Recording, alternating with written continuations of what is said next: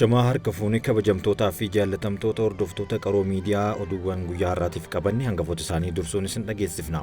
Waraanni kaaba Itoophiyaa waggoota lamaaf ture karaa nagahaan hiikamus ammallee hammeenyi akka jiru himame. Raashiyaa fi Yukureen hoomaa diroonii guddicha walitti dhukaasan kan jedhuu fi kanneen biroo oduuwwan hangafoota har'aaf qabannedha. Gara oduu bal'innaatti isin dabarsinaa hanga xumuraatti waliin tura. Itoophiyaan yaa'ii ministeerota fooramii tumsa Raashiyaa Afrikaa irratti hirmaatte. Yaa'icha irratti ministeera dhimma alaa Dr. Geediyoon Ximaatiyoos dabalatee miseensonni jiila Itoophiyaa biroon argamaniiru. Yaa'ichi hariiroo gaarii yeroo dheeraa Raashiyaa fi Afrikaa gidduu jiru kan daran cimsu ta'uu kan ibsan Dr. Geediyoon fooramiin tumsa Raashiyaa Afrikaa kaayyoo ajandaa gamtaa Afrikaa bara 2063 milkeessuuf kan gargaaru ta'uu ibsan. Walta'iinsa diinagdee damee daldalaa fi investimentii Afrikaa Raashiyaa cimsuun akka barbaachisus eeraniiru. Fayyadamummaa waloo cimsuuf tumsa damee saayinsii teeknooloojiin jiru akkasumas oomishtummaa guddisuu, teeknooloojiiwwan akka hubannoo namtolchee fa'aa fayyadamuu industirii babal'isuu, dhiibbaa jijjiirama qilleensaa furuun murteessaa ta'uu himaniiru. Afrikaan mana maree nageenyaa dhaabbata mootummoota gamtoomaniitti teessoo dhaabbii akka argattuuf deeggarsa Raashiyaan taasiftu Itoophiyaan gama isheetiin akka simattu himteerti. Kana malees Itoophiyaan nageenya tasgabbii gaanfa Afrikaa mirkaneessuuf kutannoo kan qabdu ta'uu ibsuun ragaan ministeericharraa argame ni mul'isa.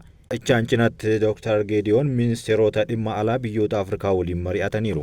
Meeshaaleen kontiroobaandii birrii miiliyoona 294 olitti tilmaamaman to'ataman. Meeshaaleen kontiroobaandii birrii miiliyoona 294 olitti tilmaamamu to'atamuu Komishiiniin Gumrukaa beeksise. Komishiinichi hordoffii fi to'annoo Onkololeessa 22 hanga 28 bara 2017 taasiseen meeshaalee kontiroobaandii birrii miiliyoona 294.5 tilmaamaman to'ataniiru. Meeshaaleen to'ataman kunneenis uffataalee, meeshaalee elektirooniksii, meeshaalee ijaarsaa, buna, midhaan, meeshaalee konkolaataa, meeshaalee faayaa, jimaa, baala sammuu namaa hadoochuu fi qorichaaleen biroos kan keessatti argaman ta'uu komishiinichi ibseera. Ministeerri muummee Itoophiyaa Dr. Abiyyi Ahmed mandara Beenuunaa kan qarqara haroo Basaqaatti argamu eebbisiisan. Mandarri Beenuunaa qarqara haroo Basaqaatti kan argamu yoo ta'u kutaalee ciisichaa ammayyaa, galma, mana sinimaa, bakka bashannanaa akkasumas ooyiruu kuduraa fi muduraa fi maaddii guutuun kan hammate ta'uu sirna eebbaa kanarratti ibsaniiru. Ijaarsi mandara kanaa aadaa ijaarsaa mana ijaarsaa ammayyaa waliin qindaa'ee kan hojjetame ta'uu himuun naannawa sanaaf humna turizimii dabalataa kan uume bakka hawwata turizimii jaallatamaa ta'uu ibsan. Ministeerri muummee Itoophiyaa Dr. Abiyyi Ahmed sirna eebbichaa kana irratti ergaa dabarsaniin mandarri Beenuunaa ni danda'ama qabatamaan kan mul'isedha jedhan.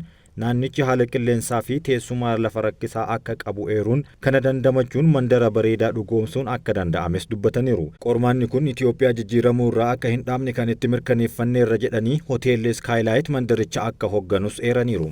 Waraanni kaaba Itoophiyaa waggoota lamaaf ture karaa nagahaan hiikamus ammallee hammeenya akka jiru himame.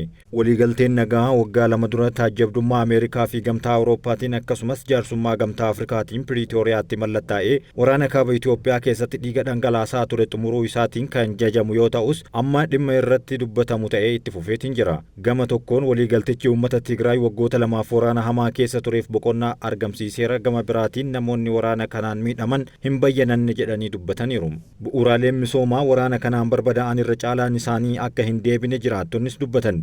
Jila mariisistootaa keessaa tokko kan ta'ee fi yeroo ammaa gorsaa diinagdee fi hooggansa pirezidaantii yeroo Tigraay kan ta'an Injiinar Asaffaa Abrahaa haala waliigaltichaa fi dhiphina yeroo sana ture duubatti deebi'uun yaadachiisaniiru. Akka gabaasa Komishinii qorannoo dhaabbata mootummoota gamtoomaniitti waraanni baatii onkololeessaa bara 2013 akka lakkoofsa Itoophiyaatti eegale naannoo Tigraay irraa hanga naannoo Amaaraa fi Affaar gahuu fi keessumattuu naannoo Tigraay keessatti dhiittaa mirga namoomaa hamaa fi muddama uumeera. Waraana kana xumuruuf carraaqqiin nagaa Jibuutii fi Seelshees keessatti godhamee xumura irratti lola hadhaawaa sana kan dhaabe waliigalteen Piriitooriyaa waggaa lama dura baatii kana keessa raawwatamuun ni yaadatama. Hawaasni addunyaa marii ergamaa addaa Ameerikaa gaanfa Afrikaa Maayik Haamariin durfamu kana hawwiin eegaa kan ture yoo ta'u miseensa garee marii kanaa kan ta'e Injiinar Asaffaa Abrahaa adeemsa yeroo sana ture waan yaadatan ibsaniiru. Yeroo mariif achi teenye haalli lafarra jiru baay'ee walxaxaa ture, sababni isaas lola cimatu deemaa ture jechuun yaadachiisan. Gariin isaanii osoo achi teenyee mari'achaa jirru dandeettii waraanaa fooyya'aa qabna jedhanii waan amananiif guutumaa guututti balleessuuf yoo danda'ame sana duubatti deebisuuf yaalaa turan jedheen yaada jechuun dubbatan. Waraanni marsaa sadaffaa yeroo sana deemaa ture diroonii fi meeshaa waraanaa gurguddaan geggeeffamaa kan turee fi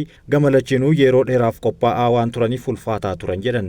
Waraanni mootummaa Shiree cabsee Aksuumii fi naannawa ishee erga to'atee gaarreen Adwaa keessatti harkaaf harkaan hanga wal qabachuutti taasifamaa turuudis yaadachiisaniiru. Kana malees lola cimaa gama Affaariin geggeeffamaa waan tureef magaalaa Maqalee to'annee jirra oduun jedhu deeggartoota mootummaatiin bal'inaan tamsa'aa waan tureef yaaddoon irratti uumee ture jechuun seenaa yeroo sanii haala kanaan kaasaniiru. Keessumaa mariin guyyoota torbaan idilee bu'aa malee erga xumuramee booda miirri namatti hin tolle uumamuus dubbataniiru. Oduu biyya alaatiin Raashiyaa fi Yukureen hoomaa diroonii guddicha walitti dhukaasan kan jedhu ni jira. Raashiyaa fi Yukureen erga waraana eegalanii hoomaa diroonii isa guddaa jedhame walitti dhukaasaniiru. Ministeerri ittisaa raayyaa magaalaa Mooskootti kan dhihaatan dabalatee naannoo 6 keessatti dirooniiwwan 84 Yukureen dhukaaste qolachuus ibseera. Haleellaa dirooniin kun xiyyaara buufataawwan xiyyaara ijoo 3 Mooskoo keessatti argamu akka hin qubanne dirqeera jedhan. Humni qilleensa Yukureen immoo Raashiyaan gaafa sanbata diroonii 145 bakkeewwan adda addaa biyyattii keessatti dhukaasuu fi baay'ee isaanii kuffisuu dubbatteerti. Haleellaan kun filannoo Ameerikaa kan injifatan Doonaald Tiraamp qaamolee lamaan waraana akka dhaaban dhiibbaa uumuu malu jedhamee yeroo yaadamu keessatti kan mudateedha. Haleellaan Yukureen haleellaa guddicha erga waraanni eegalee magaalaa guddoo Raashiyaatti taasiftes jedhameera.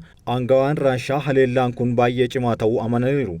Dirooniiwwan hedduun Yukureen dhukaaste kanneen kibba lixa Mooskootti namoonni 5 yoo miidhaman manneen 4 immoo gubachuu ministeerri ittisaa Raashiyaa ibseera. Akkasumas dirooniiwwan 34 magaalaa Raamooniskee gubbaa dhahamanii lafatti kufuu isee kan ibsanii fi magaaluma kanatti fulbaana darbes dirooniin tokko dubartii tokko ajjeesuu ibsaniiru. Waggaa fi ji'a 6 dura dhiheenya masaraa Raashiyaa biratti dirooniiwwan 2 yeroo dhahaman gidduu magaalichaatti haleellaan diroonii raawwatamee beekama. Qilleensaa Yukureen akka jedhetti diroonii Raashiyaa Iraan oomishte 62 lafaan dhahuu fi 67 immoo baduu beeksiseera. 10 kan tahan isaan biroo ammoo daangaa qilleensaa Yukureen keessaa bahuun gara Raashiyaatti deebi'u akkasumas biyyoota ollaa Beelaaruusii fi Moldoovaatti balali'uu ibseera. Haleellaan diroonii kun erga waraanni eegalee bakkeewwan hedduu to'atu hordofee mudachuu gabaafameera. Intalli Associated Press Raashiyaan bakkeewwan hedduu to'achuu ibsus qondaalli ministeera waraanaa UK akka jedhutti Raashiyaan onkololeessa keessaa baay'ee miidhamteerti jedhan.